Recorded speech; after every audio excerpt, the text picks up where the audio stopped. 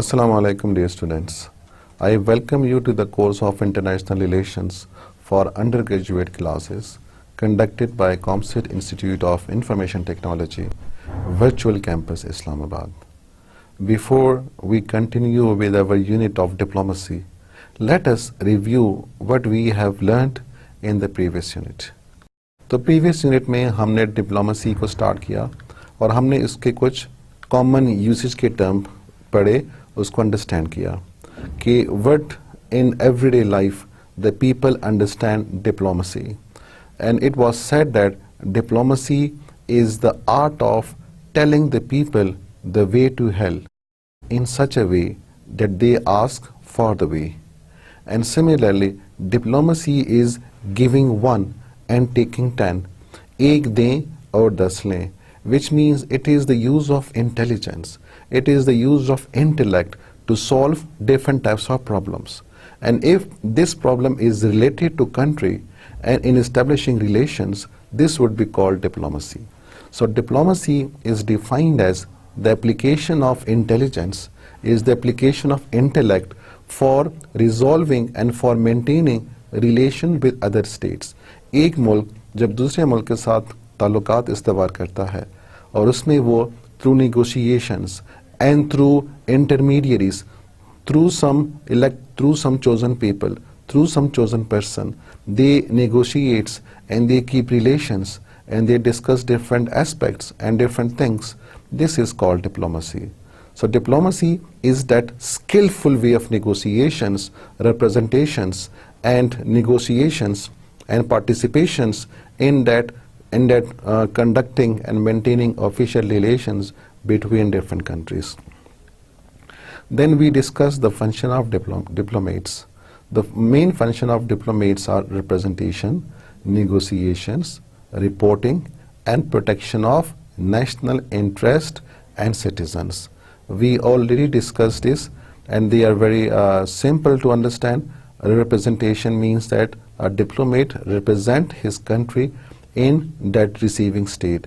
He negotiate, he discuss all the matters, all kind of talks, and then he report the outcome and he report all the events which are happening in the receiving state to his country to help them in modifying and in changing or in improving their foreign policy towards that country.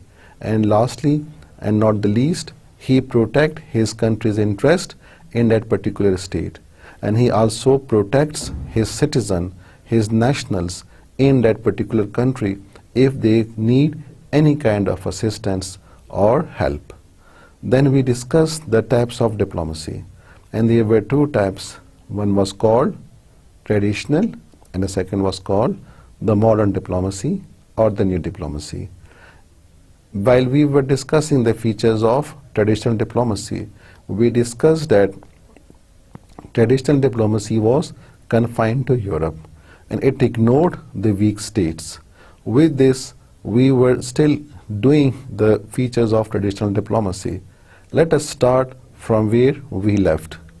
So while doing the features of traditional diplomacy, हमने discuss कर लिया था कि diplomatic services was taken as a profession. It was taken as a job and the people from the aristocratic class was chosen. जो higher class थी, जो higher strata थी of society, they were chosen for diplomats and they were specifically trained. उनकी बाकायदा तरबियत की जाती, उनको बात करने का तरीका और उनको different kind of skills of negotiations पढ़ाए जाते and they were regarded as very important for maintaining world peace and for bringing world peace. So they have a very important role at that time in the traditional diplomacy. Now let us come to the fourth feature of traditional diplomacy. ये भी काफ़ी एक इसकी special characteristic है, very important है कि traditional diplomacy was secret. It was not open to public. आखिर मतलब क्या है इसका कि ट्रेडिशनल डिप्लोमेसी खुफिया थी, आम लोगों को इसके बारे में नहीं बताया जाता, उनको इसके बारे में इंफॉर्मेशन नहीं दी जाती. जो भी बातें होती, जो भी मुआहदे होते, जो भी डिस्कशंस होते, जो भी ऑफिशियल रिलेशंस होते तो वो सारे खुफिया थे, वो लोगों की नज़रों से और लोगों के इल्म से, लोगों के मालूमात से उनका कोई ताल्लुक़ नहीं था, लोगों को उनके बारे में कोई आगाही हासिल नहीं थी. So only the diplomats and the royal family would know about the diplomatic relations and the different kind of agreements or the treaties, and not the general public. Now the question is, why it was kept secret? आखिर इसको खुफिया क्यों रखा जाता, क्यों आम लोगों को इसके बारे में नहीं बताया जाता? तो आप इसके बारे में सोचें कि आखिर क्यों उस वक्त आम लोगों को इसके बारे में नहीं बताया जाता.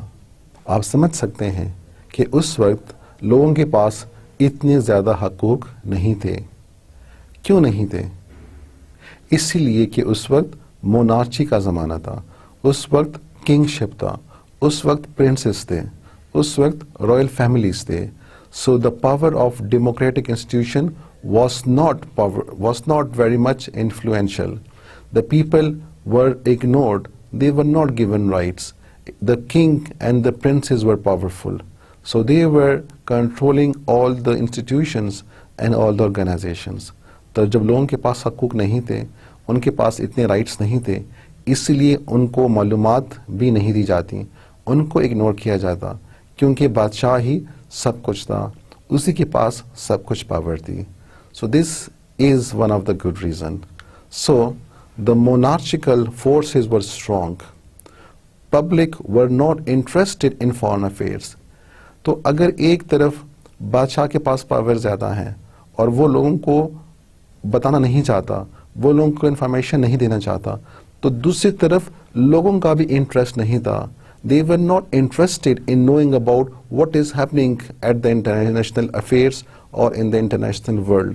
They would not take and would not mind whatever is happening of the country with other countries.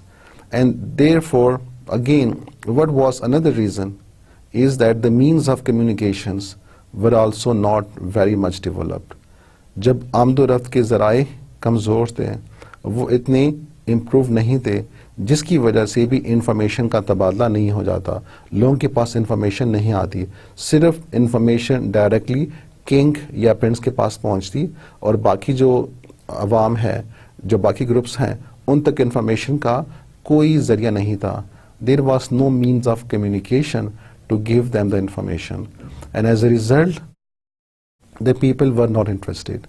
And with this, because the prince or the king, he would negotiate, he would maintain relation with other countries for his own benefit, for his own personal interest, for the interest of his family, for the interest of his royal family. Therefore, he would not be interested in telling the other people about whatever is in his interest. तो वो अपने interest के लिए चूंकि सब कुछ कर रहा होता, इसलिए वो नहीं समझता कि बाकी लोगों को इसके बारे में बताया जाए. As we already know, at that time the national interest was the interest of the king. उस वक्त कौमी मफाद को बादशाह का मफाद कहा जाता, या बादशाह का जो मफाद है उसको कौमी मफाद कहा जाता. The fifth feature of traditional diplomacy is that diplomats have more freedom to negotiate and greater discretion. उस वक्त जो डिप्लोमेट्स थे, उनके पास ज़्यादा ताकत थी, उनके पास ज़्यादा आज़ादी थी. They were free to negotiate, they were free to arrive at different types of settlements, they could go to different extent in negotiations.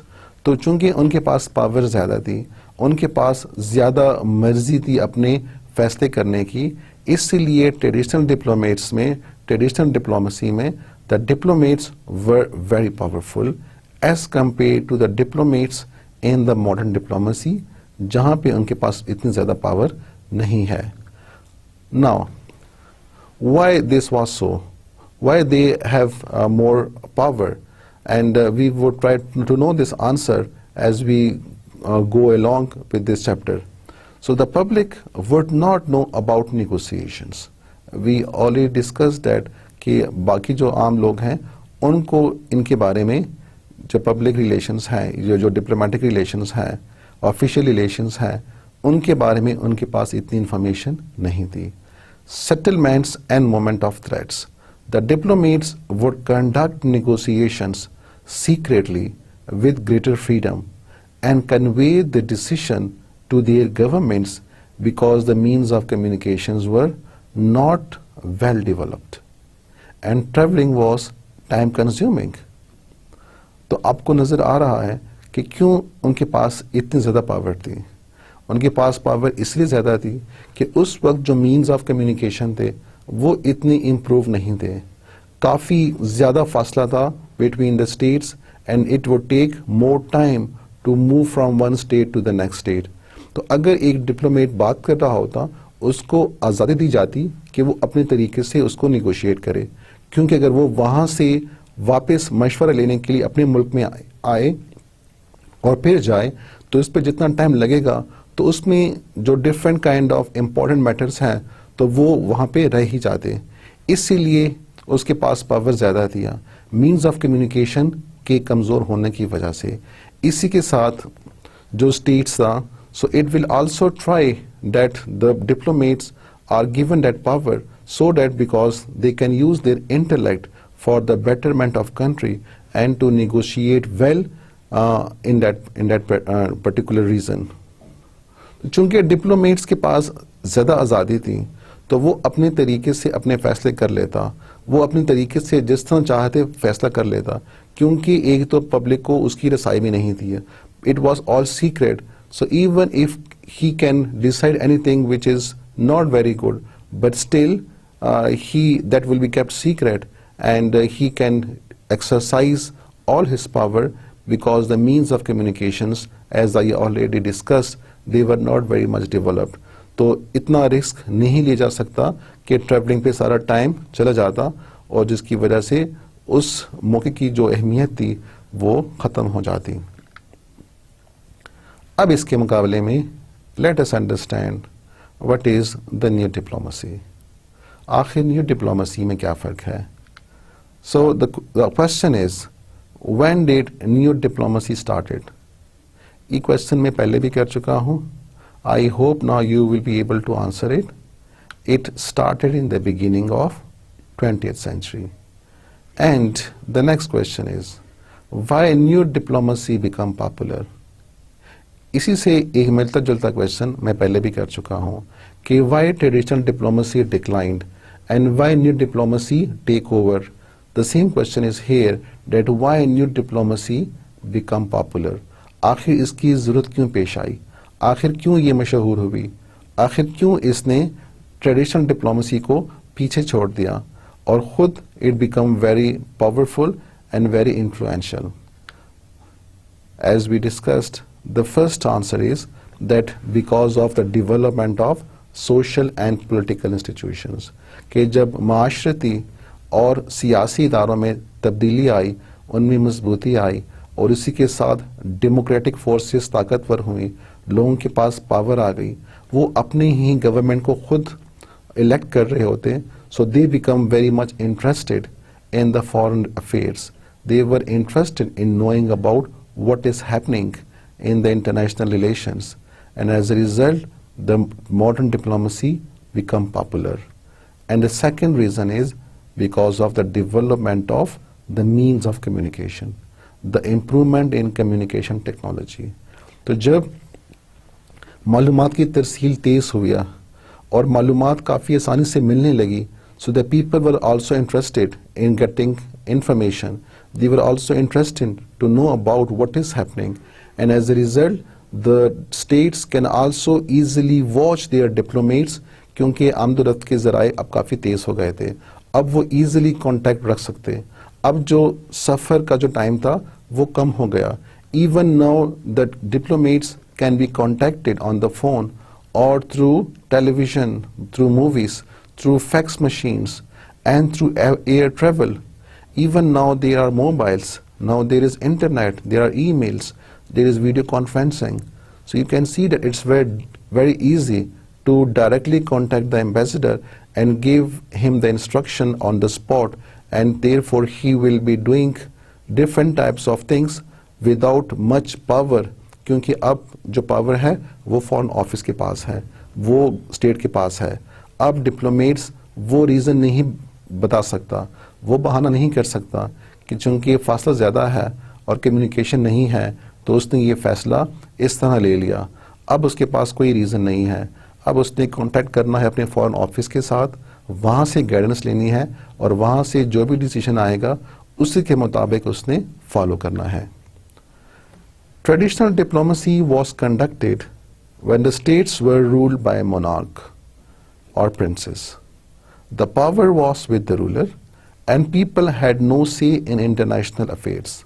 The ruler would pursue diplomatic relation for royal benefits and interest, as I already discussed कि चूंकि traditional diplomacy में powers किसके पास थी, king के पास थी, Prince के पास थी, और लोगों के पास पावर नहीं थी और ना ही लोगों को बताया जाता। लेकिन जैसे लोगों के पास पावर आई, so they become interested in knowing that what is doing their governments, because the governments were now responsible to the people and therefore the people had the right to know what is their government doing, which were being elected by them. So as a result we have the modern diplomacy or the new diplomacy. The another characteristic of the new diplomacy is that the new diplomacy shifted the focus from royal interest to people's interest. जिस तरह हमें नज़र आ रहा है कि traditional diplomacy में it was focused on the interest of the king, it was focused on the interest of the prince, क्योंकि वो ही इसको करता अपने इनवॉय की मदद से, अपने ही स्पेशल रिप्रेजेंटेटिव की मदद से, और वो अपना मफाद देखता। अब चूंकि लोग आ गए हैं, लोगों के पास पावर आ गई है, डेमोक्रेटिक फोर्सेस स्ट्रॉन्गर हैं, so now the people want their interest to be safeguarded. They do not want the prince and neither the prince और द किंग आर एग्जिस्टेंट। आजकल तो उनका वजूद भी नहीं है, कुछ स्टेट्स में है लेकिन वहाँ पे उनकी पावर इतनी ज़्यादा नहीं है, वहाँ पे भी डेमोक्रेटिक फोर्सेस के पास पावर ज़्यादा है।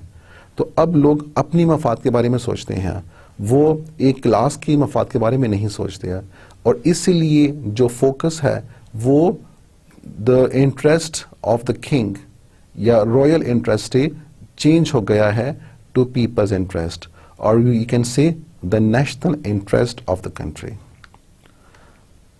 The new diplomacy became more open and people were taken into confidence on various matters to get popular support. अब चूंकि new diplomacy as compared to traditional diplomacy is more open, because the traditional diplomacy was secret, उसमें लोगों को information नहीं दी जाती, सब कुछ खुफिया था। न्यू डिप्लोमेसी में सब कुछ ओपन है, सब कुछ बताया जा रहा है, सब कुछ लोगों की आंखों के सामने है। सो whatever is happening, all the people, all the groups, all the organizations are looking on it, they are observing it, they are knowing about what is happening, and as a result the government has to take people into confidence. ऐसे बहुत से issues हैं, ऐसे बहुत से matters हैं जिसमें फिर जो गवर्नमेंट है उसने अवाम की उम्मीदों को सामने रख के, अवाम की जो नीड्स हैं और जो अवाम की राय है उनको सामने रख के फैसला करना होता है, और उन्हें यही देखना होता है कि जो अवाम चाहती है उसके मुताबिक कोई डिप्लोमेसी हो, उसकी अगेंस्ट कोई डिप्लोमेसी नहीं होती है। So remember the diplomatic affairs, the diplomacy is now taken with keeping the interest of the people in mind and to get the people support. Otherwise अगर एक गवर्नमेंट अपनी इंटरनेशनल पॉलिसी को सही तरीके से नहीं चलाती और लोगों की उम्मीदों पे पूरा नहीं उतरती, then the government is toppled over, the government is not supported and as a result they lose elections. जिस तरह यूएसए में काफ़ी दफ़ा ऐसा हुआ है कि when the people were not supported with the international relations of their government, when they were not happy with the affairs, the foreign affair which the president of US was operating, therefore that party was neglected in the election and that president lost election after a while. तो ये आजकल लोगों की support हासिल करने के लिए एक गवर्नमेंट ने ऐसे इकदाम उठाने होते हैं। Now the question is why new diplomacy become more open. आखिर जो नई डिप्लोमेसी है, जो मॉडर्न डिप्लोमेसी है, वो क्यों ओपन है, क्यों लोगों को इतनी इंफॉर्मेशन दी जा रही है? आप इसके बारे में सोचें। जी students, I know you know the answer now कि why the diplomacy is more open. The answer is very simple. The answer is that because of the rise of representative governments and people's growing interest to know about foreign relations। तो जब लोगों की demand है, जब लोग चाहते हैं कि उनको फॉरेन रिलेशंस के बारे में पता चले, वो इसके बारे में जानना चाहते हैं, वो इसके बारे में इंक्वायर करते हैं, गवर्नमेंट से डिमांड करते हैं, गवर्नमेंट से पूछते हैं, तो लिहाजा गवर्नमेंट की रिस्पॉन्सिबिलिटी है कि वो लोगों को उनके बारे में बताए कि what is the relations happening at the international arena, what is the things happening and what agreements are being signed by that particular country, because now the government is responsible, the government is representative governments। अब governments नुमाइंदा हुकूमतें हैं, वो लोगों की नुमाइंदगी करती हैं, और इसीलिए they want that everything which is happening they should be given and the people should be given information what is happening there। लेकिन कुछ ऐसे भी पेयर एग्रीमेंट्स होते हैं जिसमें the state do not give all kind of informations, rather some things are then kept secret for national interest. तो कुछ ऐसे भी अमूर हैं, कुछ ऐसे भी मैटर्स हैं जहां पे अगर डिफेंस की बात आती है और कुछ नेशनल इंटरेस्ट की बात आती है, तो कुछ पॉइंट्स उसके एक गवर्नमेंट अगर नहीं समझती तो वो उसको खुफिया रख सकती है, लेकिन बाय लार्ज जितने भी जनरल देखा गया है तो उसमें the state tries that the everything is given to the people and nothing is kept hide from the people. Now again the next feature of diplomacy is that the new diplomacy reduced the role of diplomatic freedom and made them more dependent on their foreign office for guidance. As we discussed that in traditional diplomacy, the diplomats were given more power, they were given more freedom, they were given more discretion.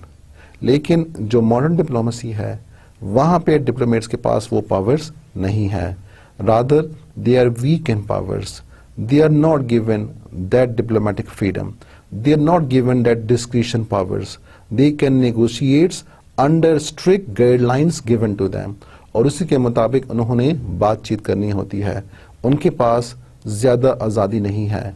अब question ये है, now the question is why diplomats become dependent on their foreign office। आखिर क्या वजह है कि जो modern diplomacy है उसमें डिप्लोमेट्स अपने फॉरेन ऑफिस पे ज़्यादा इन्हिसार करते हैं, ज़्यादा डिपेंड करते हैं, उनसे गाइडेंस लेते हैं, उनसे इंफॉर्मेशन लेते हैं और उनकी मर्ज़ी के ख़िलाफ़ कोई काम नहीं करते। तो आखिर क्यों ऐसा हुआ?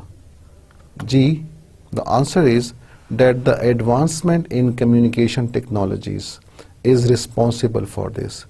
It has reduced the role of diplomatic freedom and made them dependent on their foreign office for guidance.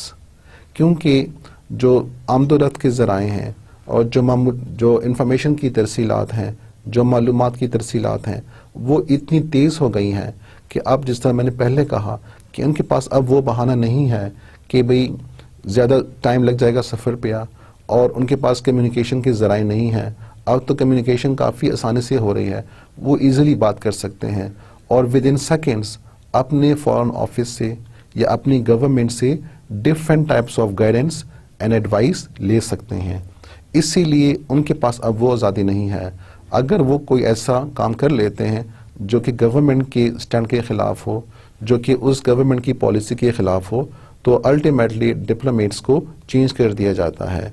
And therefore for this reason the diplomats have to act and they have to be under constant supervision from their foreign office. So we have seen that the power of diplomats have declined. Now they are not very much free. As you can see in these pictures, that's related to the new diplomacy, that's related to the modern diplomacy. where just image of diplomats that they are busy in their work, they are rushing, they are having computers, and they are trying to communicate with their governments, and it seems as if they are just official clerks. They are called dignified clerks at present. आजकल diplomats को जो एक नाम दिया जाता है respect के तौर पे, तो उन्हें कहते हैं मुअज़्ज़िज़ क्लर्क्स। वो डिग्निफाइड क्लर्क्स हैं, उनका काम अब क्लर्क जैसा रह गया है। अब वो कोई काम अपनी आज़ादी के साथ नहीं कर सकते। तो जिस तरह क्लर्क अपने अफसरान की मर्जी के मुताबिक काम करता है और उसको टैप करता है और इसी तरह उसको फॉलो करता है, तो इसी तरह आजकल के डिप्लोमेट्स हैं, उनकी आज़ादी कम हो गई है। They have to keep contacts with their foreign office, take guidance from them and be under their supervision, and therefore their role is just like dignified clerks. So this is what is the new position of diplomats in the modern diplomacy. Let us know some more features of new diplomacy. तो कुछ मज़ीद features diplomacy के ये हैं। Number 1, greater openness.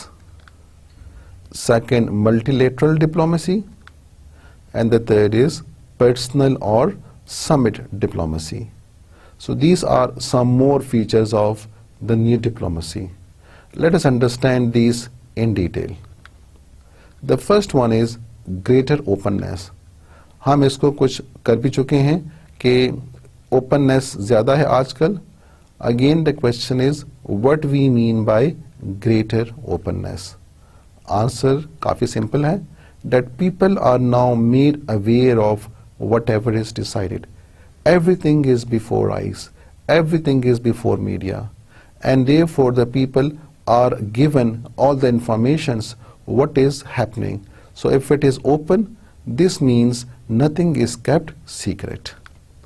So meaning that now in modern diplomacy there are no more secret treaties, there are no more secret pacts, there are no secret negotiations और secret agreements. जिस तरह पहले world war 1 से पहले there were secret pacts, there were secret agreements, there were secret negotiations, and which finally resulted in world war. अब अपनी दुनिया को उन जैसे असरात से बचाने के लिए ये ऑलरेडी फैसला किया जा चुका है कि everything must be made clear and everything must be known. दो मुल्क के बारे में जितनी भी एग्रीमेंट्स होते हैं, जितने भी टॉक्स होते हैं या नेगोशिएशंस होते हैं, तो ना सिर्फ उस मुल्क के लोगों को उसके बारे में इंफॉर्मेशन दी जाए, बल्कि इंटरनेशनल लेवल पे जितने भी कंट्रीज हैं, so they should also know about what has happened between two states और different states, what have they arrived. उन्होंने आपस में कौन से एग्रीमेंट्स किए हैं, कौन से खुफिया मुआहदे किए हैं। तो कोई मुआहदा अब खुफिया नहीं रहा, बल्कि एक स्टेट ने जब दूसरे स्टेट के साथ कोई भी मुआहदा करेगा तो बाकायदा उसकी प्रचार करेगा, उसको ओपन करेगा, and every country of the world has the right to know about what has been decided. This is again a very good requirement, and it has resulted in establishing peace in the world. So this feature was not available in traditional diplomacy because it was secret in traditional diplomacy. The pacts were secrets and the treaties were secret, which produced suspicion, which produced trust. क्योंकि जब मुआहदे खुफिया होते हैं तो उससे शकूक जन्म लेते हैं, उससे मुख्तलिफ किस्म के शुबहात जन्म लेते हैं, and as a result it produces fear, and because of the fear we may have conflicts, and conflicts resulted in war. Open diplomacy was supported by and also advocated by President Wilson. President Wilson was the president of USA after and during World War I, and due to his achievements and due to his work, League of Nations was also established. So President Wilson ने भी इसको support किया है क्योंकि वो बखूबी आगाह है, वो बखूबी वाकिफ है कि जो सीक्रेट पैक्ट्स या ट्रीटीज़ हैं उनको सीक्रेट नहीं होना चाहिए, उनको सारी स्टेट्स के सामने होना चाहिए, क्योंकि इससे काफ़ी कशीदगी जन्म लेती है. So he was a very good supporter of openness. He wants everything to be open and to be known to the world. The League of Nations and the UN Charter also supported this openness.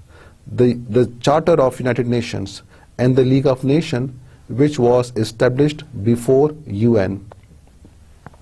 हम पहले भी कर चुके हैं कि UN was established in which year? 1945. And League of Nations was established in the year, which year? 1919. So these two organizations also supported that the treaties and the agreements between states should be open.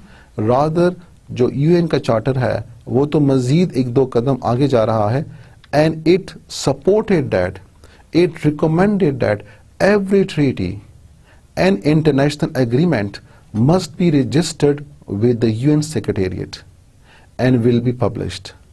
तो जो मुल्कों के बारे में जितने भी मुआहदे होंगे या एग्रीमेंट्स होंगे तो बाकायदा उनको अक़वाम मुत्तहिदा का जो सेक्रेटेरिएट है वहाँ पे उसको रजिस्टर कराया जाएगा और उसके बाद उसको पब्लिश कराया जाएगा ताकि सारे ममालिक को इनके बारे में आगाही हासिल हो.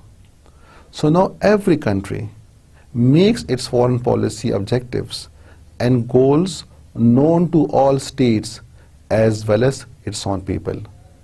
क्योंकि डिप्लोमेसी और फॉरेन रिलेशंस इतने ओपन हो गए हैं कि इवन अब हर मुल्क अपनी जो फॉरेन पॉलिसी है और जो उसकी तरजीहात हैं वो बाकायदा उसको पब्लिश करता है, उसको बताता है, उसको प्रिंट करता है और उसके गोल्स खुद बनाता है और साथ में बाकी ममालिक को भी देता है कि these are the goals of or the objectives of the foreign policy of that country, and then the country support its foreign policy through those objectives. Even the date for the talks and negotiations with the state is also announced in advance. क्योंकि इतनी openness है कि बाकायदा मुल्क और जितने भी ममालिक हैं वो बाकायदा अनाउंस करते हैं, वो बाकायदा उसको बताते हैं कि कौन से दिन को, कौन सी तारीख को दो मुल्क के बारे में बातचीत होंगी या उनकी टॉक्स होंगी. So now the people are well aware in advance that on which day and on which time there would be talks and agreements between the two states. So the openness has increased very much. Not only the people of both states are informed, rather the countries are also informed about decision and the results. तो उसके बाद जो भी फैसले हो जाते हैं उन टॉक्स में तो अपनी अवाम को भी उनके बारे में बताना होता है और उसके अलावा जो बाकी स्टेट्स हैं, जो बाकी कंट्रीज़ हैं तो वहाँ पे भी इंफॉर्मेशंस दे दी जाती हैं. अगर नहीं दी जाती तो भी there are different means of communications through which the informations are sent. As we can see that now there are hundreds and hundreds of channels and there are thousands and thousands of newspapers and now we have even internet news, we have web news. तो जो भी activities हो रही हैं, जो भी international events हो रहे हैं तो उसको बाकायदा पब्लिश किया जाता है and every country of the world and every person in the world can see what has happened in a particular country, what kind of events were happened or were conducted in a particular country. Even the outcome of a talk, whether it is successful or whether it is failed, is also informed to the world. तो आजकल openness के बारे में आपको नज़र आ रहा है कि कितने इक़दामात लिए जा रहे हैं. Everything is before the people and nothing is kept secret. The next important feature of modern diplomacy is multilateral diplomacy. Now the question is, what is multilateral and what is bilateral? आपको नाम से नज़र आ रहा है, काफ़ी आसान है. Bilateral means related to two and multilateral means if it is involving more than two. तो multilateral diplomacy में दो से ज़्यादा ममालिक involved हैं जबकि bilateral talks में या bilateral diplomacy में दो ममालिक involved हैं. Earlier states would conduct bilateral agreements and talks. शुरू में जो states थे so they would prefer to talk bilaterally.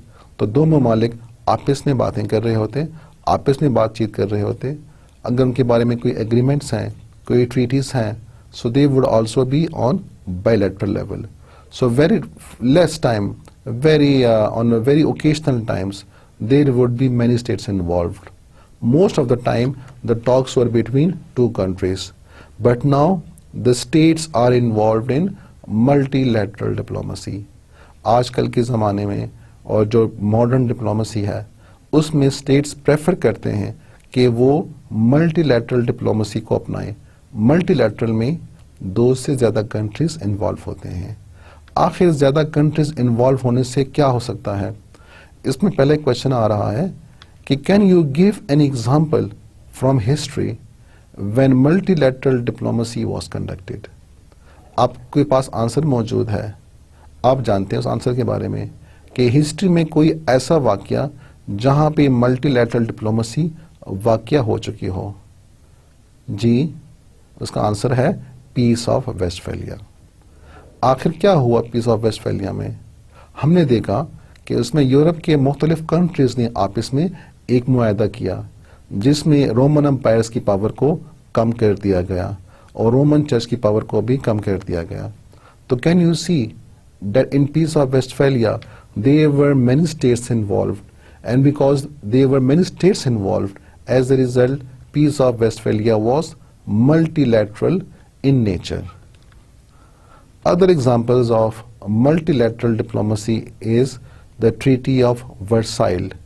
Treaty of Versailles World War I के बाद हुई है, जिसमें it encompasses, it includes different points for bringing peace in the world. And League of Nations, the assembly, the gathering that was made for the League of Nations was again multilateral. In this picture, you can see how the multilateral diplomacy is used in present. Here you can see that there are many countries involved, and after the talks, there is a picture of all the heads of states or the head of governments, and they are involved in multilateral diplomacy because some of the problems are like this, that they involved the cooperation of all the countries. Now the question is, why states go for multilateral diplomacy at present? As I asked this question, that why the states prefer to go for multilateral rather than bilateral. आखिर क्यों अब हम चाहते हैं कि बहुत से ममालिक के साथ एक ही टाइम पे बातचीत करें और सारे ममालिक एक साथ बैठ के उस मसले को हल करें? तो रीजंस क्या हो सकती हैं? रीजंस इसकी बहुत हैं। कुछ रीजंस आपके जहन में हैं, कुछ यहाँ पे मेंशन्ड है। Let's see if your reason matches mine reason.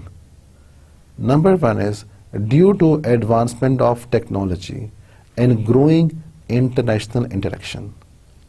अब स्टेट्स आपस में काफ़ी ताल्लुकात वाबस्ता कर रहे हैं, उनके पास जो मीन्स ऑफ कम्युनिकेशन है वो काफ़ी फास्ट है, टेक्नोलॉजी काफ़ी फास्ट हो गई है, so we can easily communicate with all the states. This means all the states can very easily come and meet at a point. They can meet at a place. They can meet at a time and therefore discuss their common problems. So because we can communicate with the states very easily, अब हमारे पास different countries के साथ रब्ता करना बहुत आसान है। आप एक ईमेल के जरिए बहुत से कंट्रीज को एक साथ बुला सकते हो, उनके साथ एक साथ ही बातचीत कर सकते हो। तो लिहाजा टेक्नोलॉजी के इम्प्रूवमेंट की वजह से भी हम स्टेट्स को करीब ला सकते हैं, उनको एक जगह पे बिठा सकते हैं। ये तो एक रीज़न हुआ। The second is the problems have assumed international character and involve many states for successful solutions. कि आजकल के जो प्रॉब्लम्स हैं उनकी नेचर भी चेंज हो गई है, वो काफ़ी कॉम्प्लेक्स हो गए हैं, पावर्स काफ़ी डिफ़िकल्ट हो गए हैं, ऐसे प्रॉब्लम्स आ गए हैं जो कि एक स्टेट की बस की बात नहीं है। Rather it want the cooperation and assistance of a large number of states, क्योंकि प्रॉब्लम्स इतनी ग्रेव है, इतनी पेचीदा हैं कि सिर्फ एक मुल्क की बस की बात नहीं है। इसलिए मुख्तलिफ स्टेट्स को एक साथ होना है, उन्होंने इकट्ठे होना है उस प्रॉब्लम को सॉल्व करने के लिए। तो लिहाजा how to get the cooperation of all the states, let's have a multilateral diplomacy, let us all of the states meet, try to solve the problems, and again with this they have mutual interest and benefits of all the states in the process, because the states that are involved, they have mutual interest, they have mutual benefits, all these states want to solve the problems, so why not, if all of them have the same identical interest, अगर सारों का कोई मफाद एक जैसा है, अगर उनकी कोई मफाद यकसां है, तो लिहाजा मुश्तरका कोशिशें की जाएं। Let us have united struggle to solve the problems. And again with multilateral diplomacy we can have more funds, we can collect more funds, we can collect more money, we can collect many resources, we can combine all the energies of the people, all the energies of different states and different groups. तो अगर हम multilateral diplomacy करेंगे तो हमारे पास वसाइल की कमी नहीं होगी, क्योंकि हर एक स्टेट कंट्रीब्यूट करेगा, फंड ज़्यादा होंगे, एनर्जी ज़्यादा होगी, रिसोर्स ज़्यादा होंगे, तो प्रॉब्लम्स आसानी के साथ हल हो जाएंगे। अब वो कौन से एरियाज ऑफ इंटरेस्ट है जो मल्टीलैटरल में हम डिस्कस कर सकते हैं? इसमें काफ़ी चीज़ें आ सकती हैं। कुछ एरियाज जो कि मल्टीलैटरल डिप्लोमेसी में असर रखते हैं, उनमें अपना एक मकाम रखते हैं और हम इनको डिस्कस कर सकते हैं मल्टीलैटरल डिप्लोमेसी में। उनमें कुछ मेंशन्ड है, फॉर एग्जांपल रीजनल पीस या इंटरनेशनल पीस या वर्ल्ड पीस कह दें इसको। इसी के साथ जो ट्रेड है, ट्रेड प्रॉब्लम्स हैं, ट्रेड इश्यूज हैं, तो जिसमें मुख्तलिफ कंट्रीज इन्वॉल्व है, तो कंट्रीज अपने तिजारत को प्रोमोट करने के लिए, बाहमी तिजारत को इम्प्रूव करने के लिए they can go for multilateral diplomacy. इसी के साथ अगर इन्वायरमेंटल प्रॉब्लम्स हैं, इन्वायरमेंटल प्रोटेक्शंस है, पोल्यूशन है, तो एक स्टेट की बस की बात नहीं है। So let the countries of all the world combine and have efforts for improving the environment of the country or environment of the world. And similarly, things or issues which are related to science and technology. Science और technology के साथ जिन चीज़ों का ताल्लुक है या जो मसाइल हैं उनको हल में, या cooperation in science and technology, cooperation and collaboration in science research, इसमें भी different states can combine together and they can have multilateral agreements and multilateral talks. इसी तरह जो म्यूचुअल डिफेंस है, सारी कंट्रीज चाहते हैं कि वो अपने डिफेंस करें। जिस तरह नेटो है जिसमें मुख्तलिफ कंट्रीज इन्वॉल्व है, तो वो एक मल्टीलैटरल डिप्लोमेसी है। बहुत से स्टेट्स आपस में बैठ के अपने डिफेंस के बारे में बात करते हैं, डिस्कस करते हैं और प्रॉब्लम को सॉल्व करते हैं। So these were some of the areas which were related to new diplomacy. Even the UN can help in arranging multilateral negotiations through conferences and seminars through its different bodies and agencies. अगर states multilateral diplomacy चाहते हैं, उसको बाकायदा encourage किया जाता है। जो हमारा इदारा है अक़वाम मुत्तहिदा, United Nations Organization, it also help the different states in arranging multilateral diplomacy और मल्टीलैटरल कॉन्फ्रेंसेस। तो बाकायदा इसके लिए एक वो अपना एक कैलेंडर बनाते हैं। जो यूएन के डिफरेंट इदारे हैं, जिसमें यूनेस्को है, जिसमें यूएनएचसीआर है, जिसमें यूनिसेफ है और इस तरह इसके बाकी ज़ेली इदारे हैं, तो वो अपना बाकायदा एक सालाना कैलेंडर बनाते हैं जिसमें वो डिफरेंट स्टेट्स को, different countries of the world को बाकायदा इन्वाइट करते हैं मुख्तलिफ तारीख़ों में, और उनको अरेंज करके, उनकी कॉन्फ्रेंस बुला के, उनका एक सिंपोजियम बुला के, they discuss different types of issues, different types of problems which are related to socio-economic development and to climate and to education, and as a result they helped in arriving at successful negotiations. So the UN is also encouraging multilateral diplomacy through its different conferences, seminars and symposiums. The third feature of new diplomacy is personal or summit diplomacy. This word summit diplomacy was coined by Churchill, who was the British Prime Minister. तो summit diplomacy का जो word है इसको first of the time Churchill ने coin किया, उसको use किया, जो कि British Prime Minister हैं, and he was the Prime Minister during World War II. According to this, it is diplomacy conducted by the top person. क्योंकि नाम से नजर आ रहा है कि पर्सनल और समिट डिप्लोमेसी, तो जो मुल्क का सबसे आला तरीन शख्सियत है, जो सबसे आला शख्सियात हैं, तो उनके बीच में जो डिप्लोमेसी होगी, this is called personal diplomacy और summit diplomacy. Who are involved in summit diplomacy? Question है कि अगर the top person is involved in summit diplomacy, so who could be that top person? What kind of top person is involved in summit diplomacy? तो ज़रा इसके बारे में आप सोचें कि कौन से शख्सियत हो सकते हैं जो कि समिट डिप्लोमेसी में आएंगे, जिसमें फॉरेन मिनिस्टर्स हो सकते हैं, because foreign ministers are responsible for foreign affairs. They are the head of foreign office. They look for all the diplomats and conduct official relations between states. So the foreign minister can be the head of the mission, and again this would be the summit diplomacy. Or it could be the head of state. For example, different countries के जो presidents हैं, या it could be the head of governments, जिस तरह prime ministers हैं, और कुछ countries में the head of government is the president.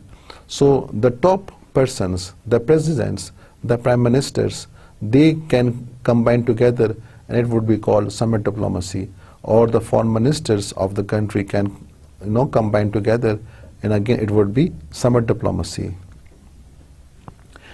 During World War II, Churchill, Roosevelt, and Stalin, they used to meet, and they used to discuss the progress of the World War II and what are happening during World War II, and how to arrive at different strategy to win World War II.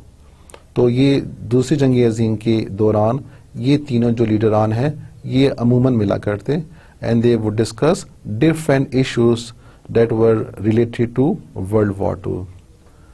Churchill, as you know, was the Prime Minister of Britain. Roosevelt was the President of USA, and who was Stalin? Stalin was the President of Russia. So this was, as you can see, was a summit diplomacy in which the head of states and the head of governments were combining together, they were meeting together to discuss. In traditional diplomacy, the relations were conducted mainly through diplomats, but now it's very common and frequent. So traditional diplomacy में the most of the negotiations they were conducted by the diplomats, and the head of the states were not involved. वो अपने जो special envoy होते हैं, जो अपने special एलची होते हैं, उनको वो भेजते और उनके ज़रिए ही वो गुफ्तगू करते. बहुत कम ऐसा होता कि जो हेड ऑफ स्टेट्स हैं या हेड ऑफ गवर्नमेंट्स हैं या जो प्रिंसेस हैं या किंग्स हैं, वो आपस में बात कर रहे होते हैं, बल्कि वो अपने नुमाइंदों के ज़रिए इंफॉर्मेशन या मैसेज भिजवाते और उनके ज़रिए ही वो बातचीत करते हैं. आखिर वो क्यों ऐसा करते हैं?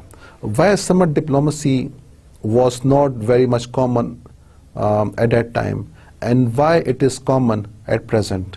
Why summit diplomacy has become popular at present? Can you give me the answer?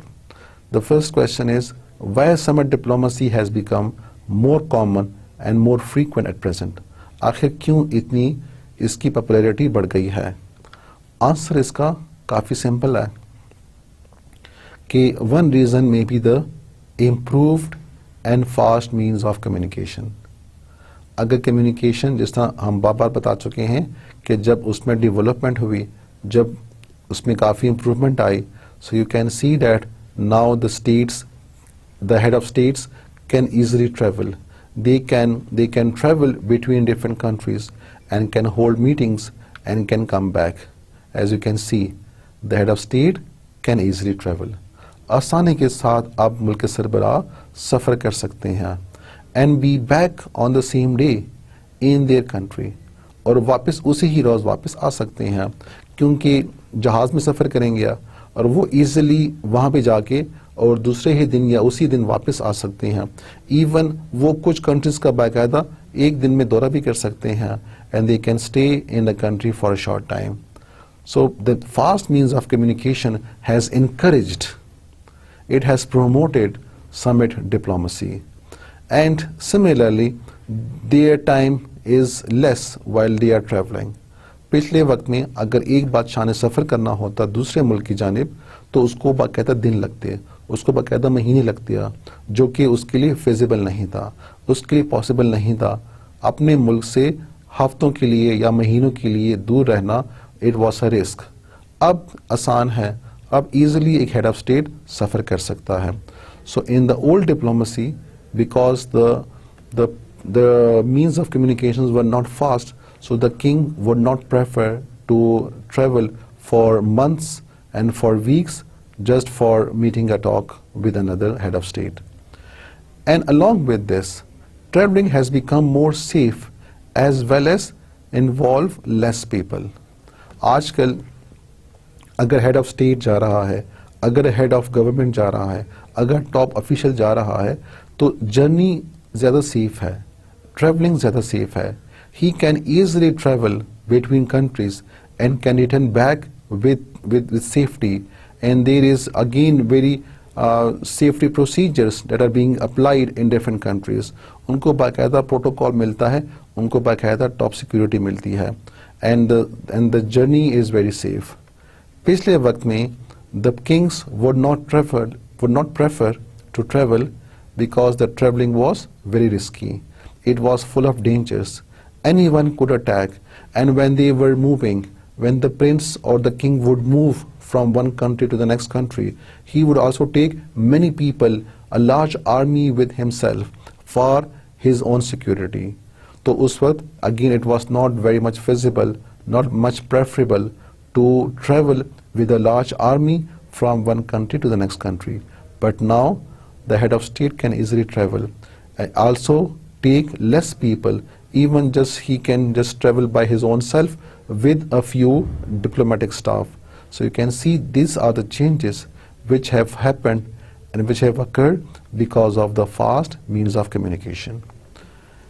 And now even the heads can communicate on fax, they can communicate on phone, they can communicate on internet.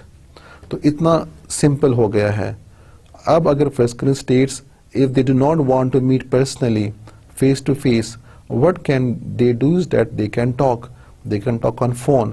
जिस तरह there was hotline established between America and Soviet Union during Cold War. What was hotline? Hotline was a direct telephonic call between the President of America and the President of Soviet Union during cold war. आखिर उन्होंने ये hot link या hot line क्यों किया? Because it was a direct talk between the president and president of USA and the president of Soviet Union, so that they can talk in emergency and they can avoid any war which may happen at any front. क्योंकि cold war पूरी दुनिया में मुहित था, blocks इसके बने हुए थे और कहीं भी किसी भी वक्त कोई नाखुशगवार वाक़या पैदा हो सकता, जिसकी वजह से एक तीसरी जंगी अजीम या न्यूक्लियर वॉर पैदा हो सकती। तो क्या किया गया?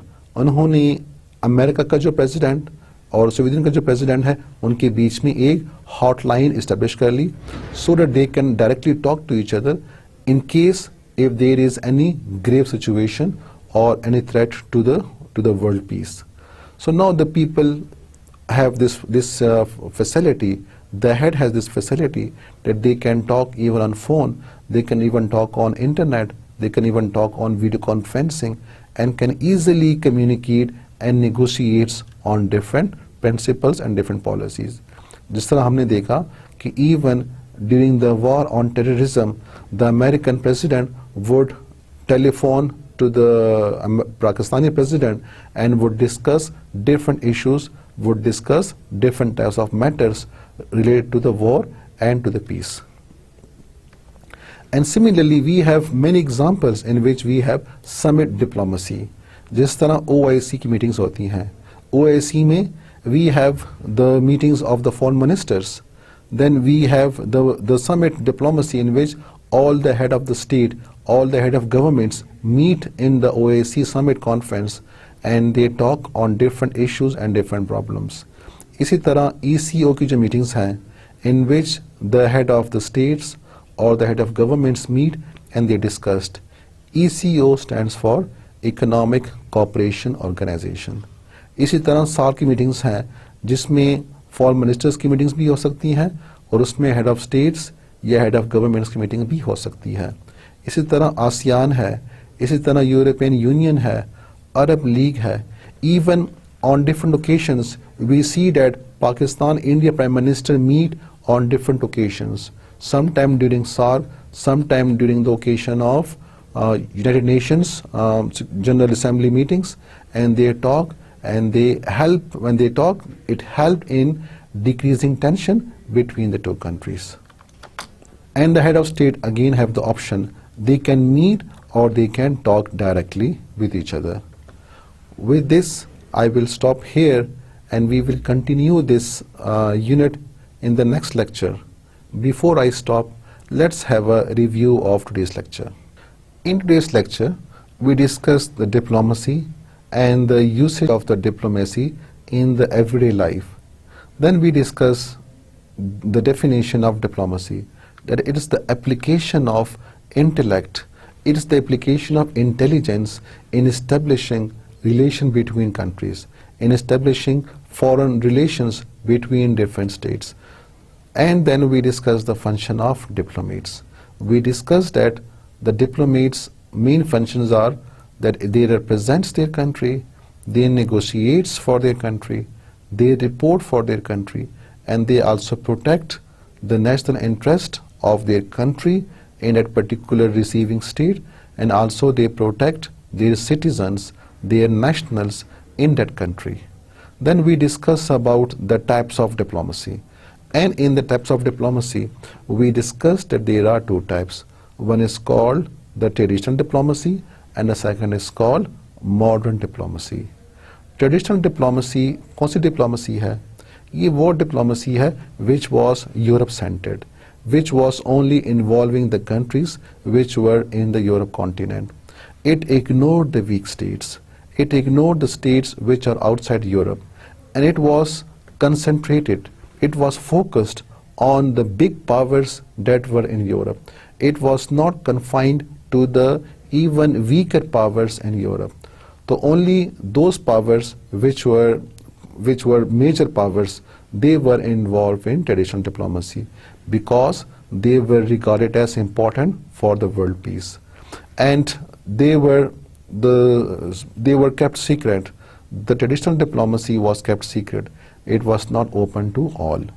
Then we discussed about the feature of new diplomacy or the feature of modern diplomacy, in which we discussed that there is greater openness.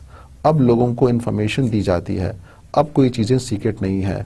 Every information, every pacts, every treaties, they have to be underlined, they have to be mentioned, they have to be exposed, the people have to be told about, and they have to be informed about what is happening in the international relations. Even now the treaties and the pacts and agreements, they are to be registered with United Nations and they should be published by the United Nations.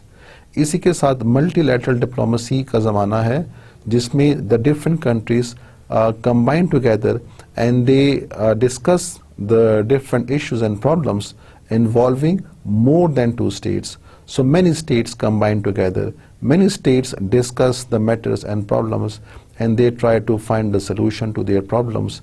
The problems that they would be discussing or the things which are coming in multilateral diplomacy, they may be linked to trade, they may be linked to world peace, they may be linked to world climate weather protection, or they can be of any other mutual interest such as defense. And then the last feature of the modern diplomacy is summit और personal diplomacy. और हमने इसमें ये बताया कि आजकल preferable है कि जो हेड ऑफ स्टेट्स हैं, जो हेड ऑफ गवर्नमेंट्स हैं, वो आपस में बैठ के बात करें, क्योंकि अब उनके लिए ज़्यादा फिजिबल है. Now they can easily travel, they can easily communicate, they can even talk on phone, they can even talk on mobile, they can even talk on internet, and as a result it's very easy. Even the journey has become very safe. The head of state can easily travel, and along with it, it has less expenses, it has less expenditures. पिछले वक्त में it was not possible for the king or for the ruler to move between different countries because the journey was not safe. Also, it would involve moving with a large army, which was not possible. And with this, we also discussed that in summer diplomacy, the head of state, because they are involved, so this helps in solving the problems very quickly.